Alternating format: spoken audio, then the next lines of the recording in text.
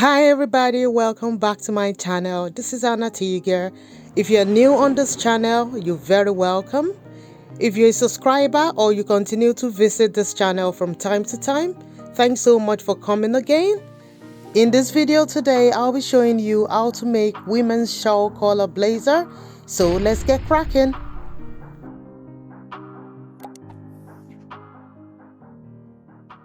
Now I've got this paper laid on the table. I've got enough for the front and the back panel I'll be making. So I'm going to start off with the front panel. The first thing you want to do is to take your button allowance, which is 1 inch. Before you start any measurement, take your 1 inch button allowance. Make a marking and rule a line all the way down, all the way to the desired length of the blazer. So I'm just going to rule a line all the way down there. So I'll move on to the next stage. We will be adding all our vertical and horizontal measurement, but I'm going to start off with the shoulder line measurement. Your shoulder measurement divided by 2, you want to add that. So minus 16 divided by 2, that will give me 8. Make the marking and add half an inch sewing allowance. So you've got 8.5. Now you want to come down from the 8.5 inches and you want to add your shoulder slope. You want to come down by 1 inch. Make the marking. Then you want to connect it to the buttonhole line we drafted before. All horizontal measurements will start from the line, the buttonhole line, guys, not from the edge of the paper. I want you to take note of where the line started from, that line. Next, you want to move on to adding your bust line measurement.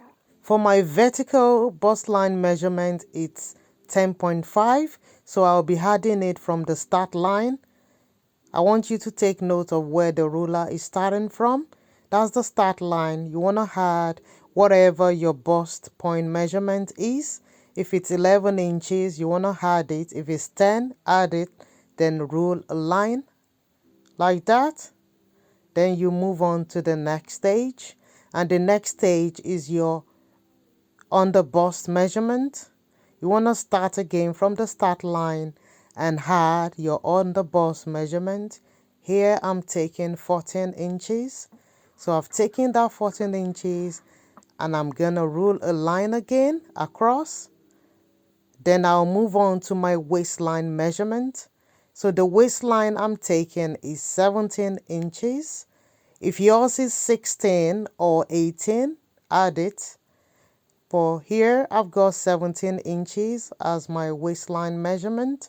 So I'm going to rule a line again across. Then I'll move on to my hip line measurement.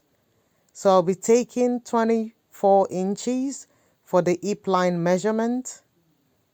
Right. From the start line again, I'm going to add hip line measurement of 24 inches. So whatever you want, you can, if your hip line is 23, 25, you can add it as well. Then you roll your line across.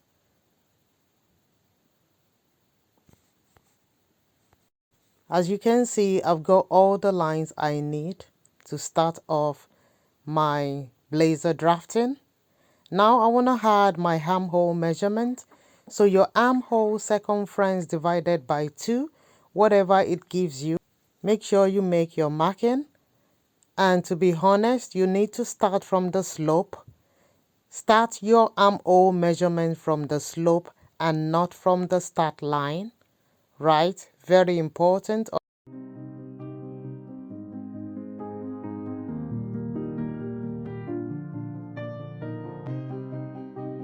Now you want to start adding your horizontal measurement starting from your bust. So your bust circumference divided by 4. So here I'm adding 10. I'm working with the bust of 40 inches divided by 4 is 10. Make the marking and add 1 inch allowance. Then move on to the under bust. Under bust measurement divided by 4. Add 1 inch sewing allowance. Move on to the waist. Your waistline is gonna be the same as your under bust. Here I made a mistake first, so I readjusted my marking. Yeah, I scribbled out that because your under bust will be the same measurement as your waistline here. So you make the same marking. Your under bust and your waistline has to be the same. Take note, I've scribbled out the marking over there. Now add your hip circumference divided by 4. Your hip circumference divided by 4. Make the marking and add 1 inch sewing allowance as well.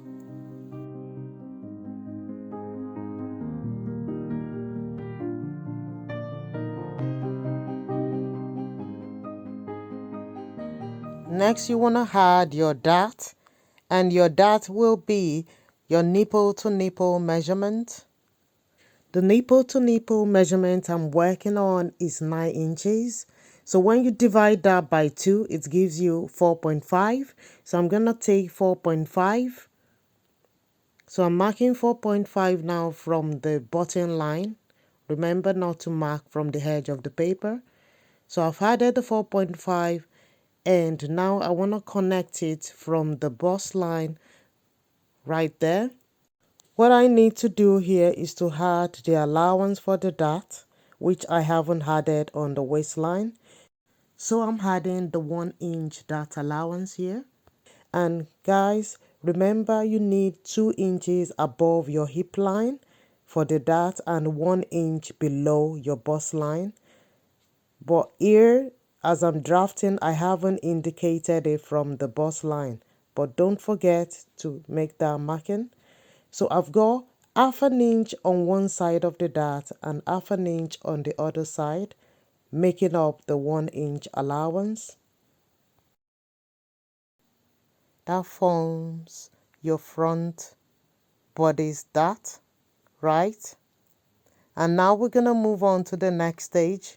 What we're going to do is connect all the markings together from the hip line to the waistline to the under bust, then to the bust point. I want you to take note that the under bust line now looks like the waistline. And this is because of the 1 inch allowance that we added to the waistline for the dart. So once we've sewn the dart, the line goes back to normal, so it blends back with the under bust. Once you've finished connecting all the lines together, it's time to draw out your armhole. And what you need to do with the armhole is to find the midpoint. Find the midpoint of the armhole. I have 7 inches there. So half of the armhole is 3.5. You want to make a marking. Using the curved ruler, you want to use it and curve your armhole. But I'm doing my free-handedly. If you can do that, that's fine. Otherwise, you need to use your curved ruler. So that's my armhole constructed here. That's fine. So I want to move on to the next stage now. So here I want to make the blazer a bit curvy on the side. So you want to do that as well. So you can come up by 1 inch, 1.5 or 2 inches, and just curve it in like that. You can use your curved ruler as well instead of drafting free-handedly. It's nicer having a curved side blazer than having it straight. Now I want to add sewing allowance because you need sewing allowance. This blazer is going to be lined, so I need that allowance. So you want to add your 1 inch. If you want to take half an inch, you can, but I'm adding 1 inch for my hem allowance here. So you want to add it all the way around.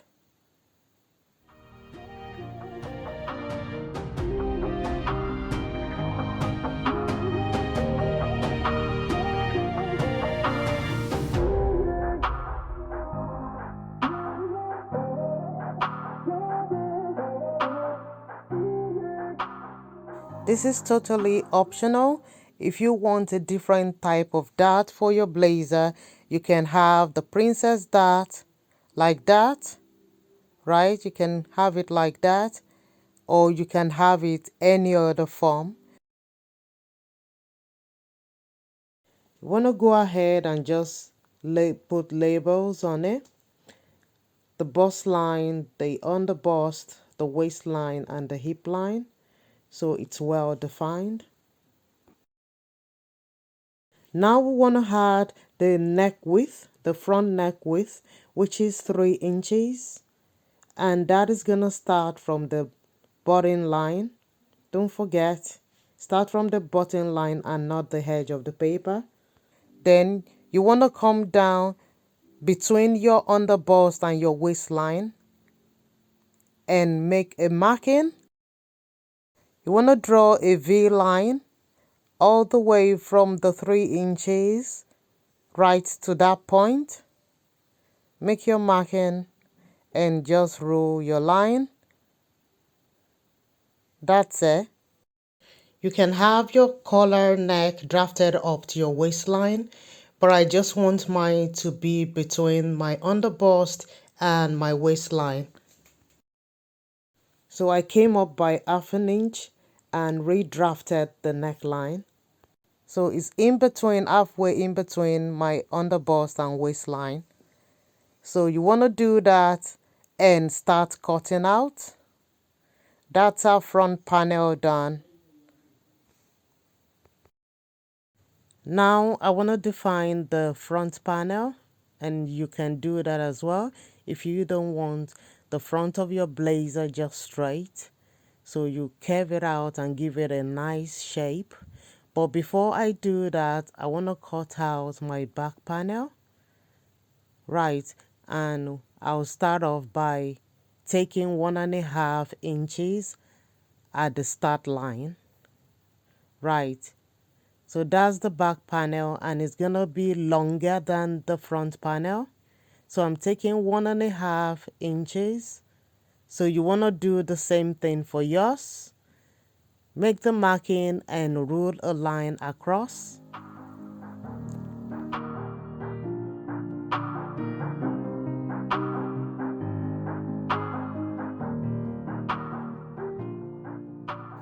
Now I want the paper to be stable, so I've placed a tape on it just to make the panels stable. Now, if you don't want any slit at the back of your blazer, you don't have to take the 1 inch, because 1 inch at the back panel is the sewing allowance. You know, you join the 2 back panels together. You don't need, if you don't need the slit or you don't want any joining, there's no point in taking the 1 inch allowance I'm taking here. But if you want a slit or you want a joining at the back of your blazer, or you want to make a 2-color blazer, then you can do this.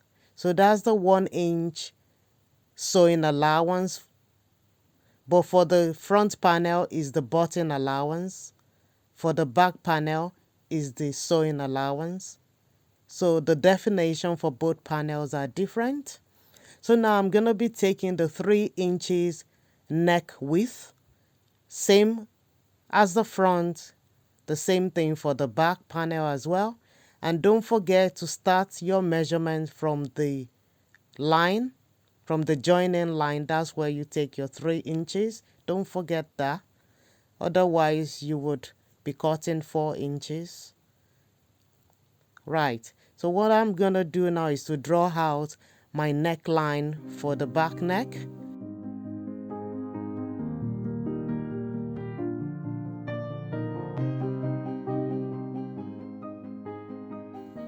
So I'm making sure here everything is well aligned before I draw out the neck.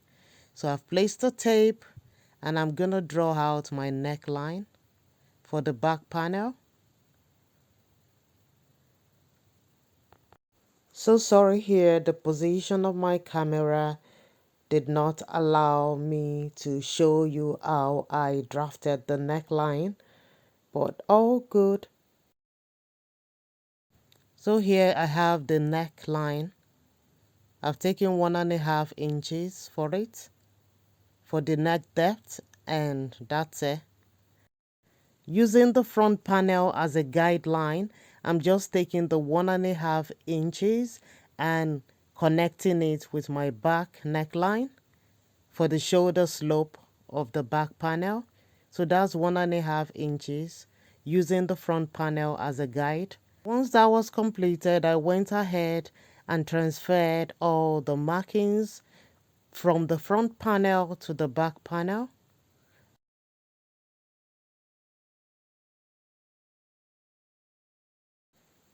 I went ahead and shaped the front of my blazer. You want to do that as well.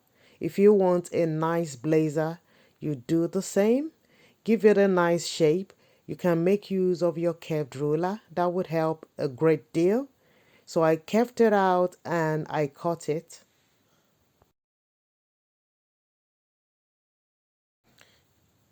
If you take note, I've left the button allowance because I need a button there at the waistline.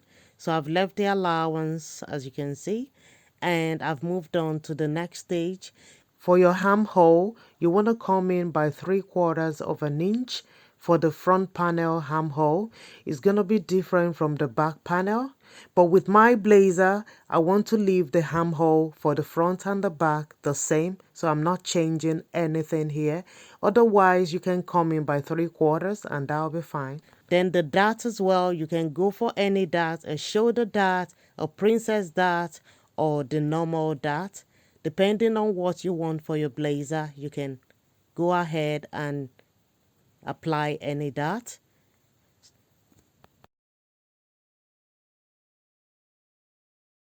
Now I'm transferring the waistline and the dart from the front panel to the back panel.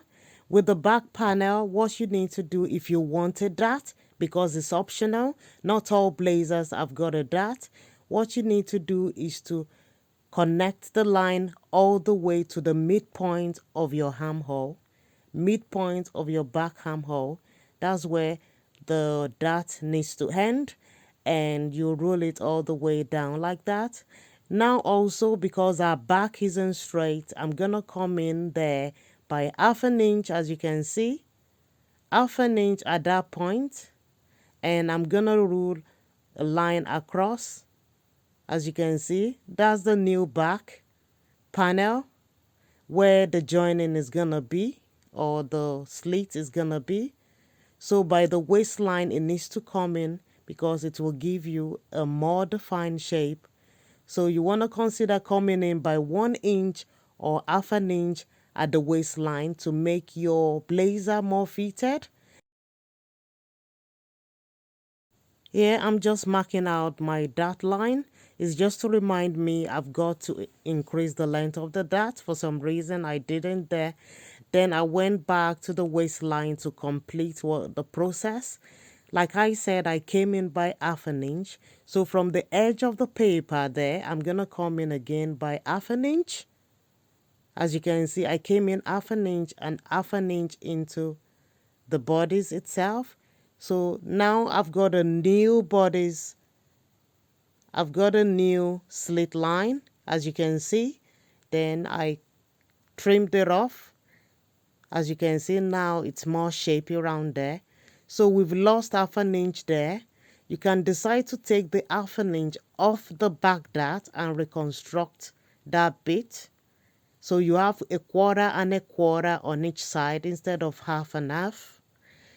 You can either take the 1/2 inch you've lost there, or you go on the waistline and add the 1/2 inch or add 1 inch there. So you've not lost anything. But I would take mine off the dart. So that's why I've done that. And now I'm just scribbling down on my patterns. I want you to remember here that we added 1.5 inches to the back panel along the shoulder, because the shoulder now is going to drop a bit to the front blazer. And to construct your collar, all you need to do is to join the two panels together by the shoulder line, taking in 1/2 inch. Before I taped it down here, I took 1/2 inch because you need 1/2 inch for the joining. As you can see, that's 1/2 inch. And once you've taken the 1/2 inch and joined the panels together, I've used a tape here. You're going to take your tape measure and you're going to measure from where the collar is going to start by the button line, and you're going to measure all the way to the back neck. Before then, you need your 1-inch slit. Take the 1-inch allowance slit, make a marking so you don't miscalculate. So you want to start from that 1-inch slit allowance for the back panel, and you work your tape all the way to where the button is going to be. Now I've measured 18 inches. I'm going to go ahead and measure 18 inches on the paper, then add 1/2 inch for the sewing allowance. That means I've got 18.5 inches marked there. Then I'll go ahead and take 3 inches. You can take 4 inches for the width of your collar, depending how wide you want your collar to be, and just shape it out like this. You can decide to, shape it the way you want. Be free to do that, but this is the collar shape I want. Very easy. If you have a curved ruler, you can use a curved ruler, but I've just done that free-handedly. And cut your collar out, and once you've cut it out, it should look like this. Your collar should look like this. If you want 4 inches, like I said, you can go ahead and have 4 inches, but 3 is good. And now when you want to cut your collar on a fabric, make sure you fold your fabric in a bias form exactly like this. Make sure your fabric is in a bias form. Smoothen it out, then place your collar. I've just drafted a small collar for demonstration. So place your collar, draw it out like that, and cut it out.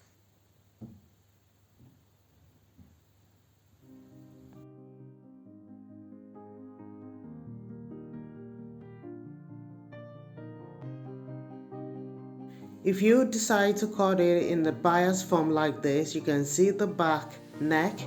No need for joining on the back. You only need to join where the button is going to be the tip of the collar, and that's all. So make sure you remember to use the bias form to cut your collar.